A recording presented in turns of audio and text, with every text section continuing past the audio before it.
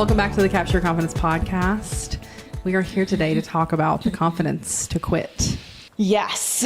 And what that looks like in a whole host of different seasons. Stephanie walked in the door today and we were having a discussion, and she knew deeply about me that there is like no quit in me. And I actually think it's a really good, it's a beautiful example of quitting being the highest form of confidence, because often women will hang on to something forever. They will literally not quit doing a thing because they don't want to be a disappointment to someone else, because they feel like it's a failure if they quit. But a lot of people are super successful because they chose to walk away from things that either were done or that didn't serve them, or maybe weren't going the way they wanted to go. Yeah.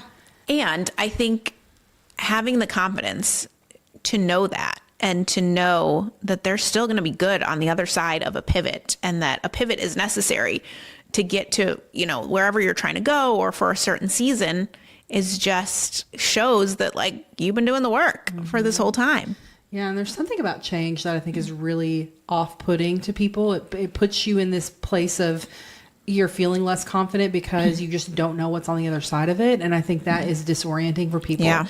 And, you know, if there's one thing that we've learned in our 40 plus years of being on this planet, is that things are always going to change, and your ability to face the change and navigate it and make decisions that are best for you, that are right in front of you, right at that moment, knowing that whatever is on the other side, right, wrong, or indifferent, is going to be for your better. Like that is confidence at its core. Yeah. And I think, you know, when you can realize that the confidence is tied to you, not the circumstance, not what's going on, not the change, like it's tied to you and you're going through the change, then the quicker you realize like, oh, actually what happens kind of externally matters less, because my self-confidence is the self-trust, and that's with me no matter what's going on the outside. And I think this is where proof gets to be really important, because we forget in the moment that we're making these quit decisions that we have proof that when we trust ourselves, great things happen. Yeah. And you have to arm yourself with all of the times in your life where you made a decision to quit something, and on the other side of it, really beautiful things occurred for you. Really positive things came out of it, or it created the space for you to go and do a thing that you had always wanted to do, but you didn't have the time or the bandwidth to do. So anytime we would tell you that you're flexing that confidence muscle and trying to build that confidence, and we would tell you to arm yourself with proof, this is no different. Yeah. And I think, you know, this notion of quitting and why we sometimes connotate something negative with it. Like quit equals fail. Right. Yeah. And I think the quicker that we can kind of get rid of that, and I mean, even if it does, right, like quit equals fail, but fail equals 100 failures that you need to get to where you're trying to go, right, to get to the success. It just reminds us that, you know, like we are humans and we evolve and we change. Because I think the more tied we are to this notion that like we cannot change, or we cannot, then it's like, oh gosh, well, I guess I can never grow and I have to stay stagnant. And, you know, that is so limiting. But the more that we just believe that, you know, seasons change, people evolve, people grow, then, oh, okay, then we can stop doing something here, we can start doing it there, and it just makes it much easier to be fluid. Yeah, I think there's something to be said about this notion of forever. Like people chase forever as if it's this safe thing, when the only thing that is forever is you being with yourself. Yeah. Like there's literally no other forever. Think about it. There's never been a thing in your life that you have done in perpetuity every day and will always do that thing until you die. There's nothing. There's not people that are in your life every day of your life forever. There's not a job that you have every day of your life forever. You know, even if you marry somebody's going to die first. You know what I'm saying? Like there's not, the only thing that is forever is your relationship with you. Yeah. And you are clinging to this idea that your safety is wrapped up in a package that's not even a reality. Yeah. You know? Yeah. And it's interesting too, because I think a lot of times we are also worried about external pressures, and then we can mask that as like, well, you know, I don't want to quit on myself, or I don't want to be a failure, but really we're just worried about what other people may think if we make this pivot. And And often I will find I'm not worried about what people think, but I am worried about letting someone that matters down. And that will be the thing I think that keeps me hanging on all the time. Every woman has a different thing. I mean, sure, there are some people that worry about, oh, if I quit this thing, they'll think my business was a failure. And really, like we know somebody who literally just closed their doors in their business 6 months ago, four months ago, that I think their business was doing fine. They just didn't want to do it anymore. Yeah. And there was like, I didn't assume that they were a failure, although I'm sure in their mind, they probably thought people are going to think that I'm in the red and that it's terrible. I just don't want to do it. Yeah. You know?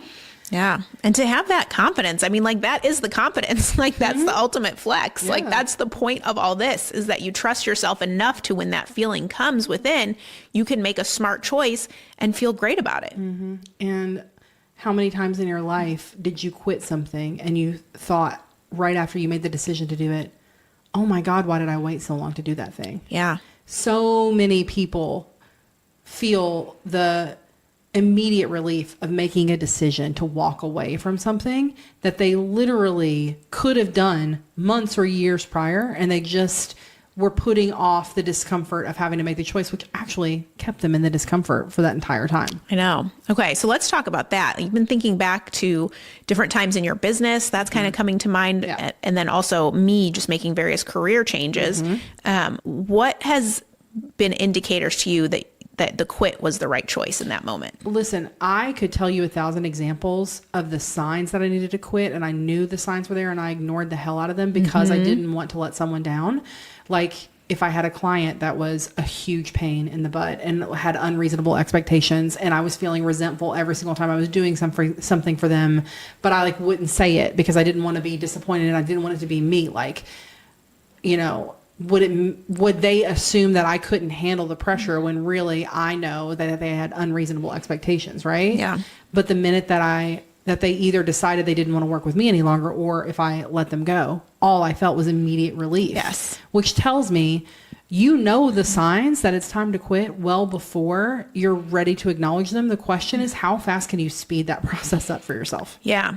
And for me, you know, speaking of signs, as soon as I would see something come up on my calendar and like get just like I don't want to go to this thing, I don't want to do this thing, or I feel like I don't have time to do this thing, that was always like the first indicator.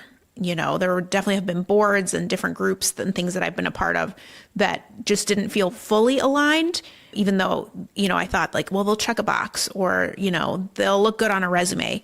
But then you kind of, you know, you mature a little and you're like, wait, like I can actually do things that are way more fully aligned and quit this thing that's taking up space that's not directly in the bucket of what I want to be doing. I'll never forget the first time I heard Reagan Walsh talk about only saying yes to things that were a 95% yes. And I was flabbergasted because I was like, that's like two things.